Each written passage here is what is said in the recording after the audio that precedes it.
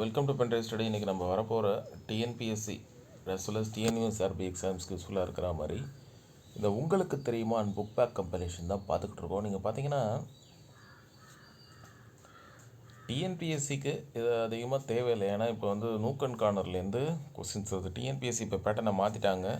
ஒரு 3 லைன் கொடுத்து அந்த 3 லைனில் கடைசியில் மட்டும் ஏதோ ஒரு கன்ஃபியூஷன் மாதிரி அப்படி இல்லைனா ட்விஸ்ட் மாதிரி ஏதோ வச்சுருக்காங்க. அதை வச்சு தான் அப்படின்னு டெப்த்து நீங்கள் படித்து தான் ஆகணும், வர வழி இல்லை. பட் டிஎன்யூஎஸ்ஆர்பி ஸ்ட்ரைட்டாக தான் கொஸ்டின்ஸ் வரும், sub inspector as well as constable.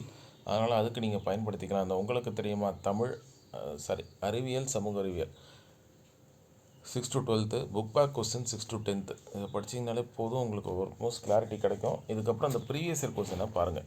Sub inspector and constable ரெண்டுமே நம்ம 2023 வரைக்கும் தான் கடைசியாக கண்டக்ட் பண்ணாங்க. அதுக்கப்புறம் அது கண்டக்ட் பண்ணல, அது சுப்ரீம் கோர்ட்டில் கேஸ் இருக்குது. அதனால் வந்து இப்போ தான் ஒரு 2 வருஷம் கழிச்சு கண்டக்ட் பண்ண போகிறாங்க, அந்த டிசம்பர் மாதம் பார்ப்போம். சரிங்களா? அதே மாதிரி கான்ஸ்டபிள் ப்ரிப்பேர் பண்ணுறவங்க sub inspector questions, sub inspector prepare பண்ணுறவங்க கான்ஸ்டபிள் கொஸ்டின்ஸையும் நல்லா பார்த்துக்கோங்க. சரிங்களா? இதை தவிர்த்து இல்லை சார் நான் டிஎன்பிஎஸ்சி ப்ரிப்பேர் பண்ணுறேன், டிஎன்பிஎஸ்சிக்கு தனி வீடியோ இருக்குது, அதில் நம்ம டிஸ்கஸ் பண்ணுவோம். இதெல்லாம் தவிர்த்து கரண்ட் அஃபேர்ஸும் ரொம்ப முக்கியம். சரிங்களாங்க? கண்டிப்பாக கரண்ட் அஃபேர்ஸ்லேருந்து கொஸ்டின்ஸ் கேட்பாங்க டிஎன்யூஎஸ்ஆர்பியை பொறுத்த வரைக்கும். அதை நீங்கள் படிச்சுக்கோங்க. சரிங்களா? We will meet in next class. Thank you.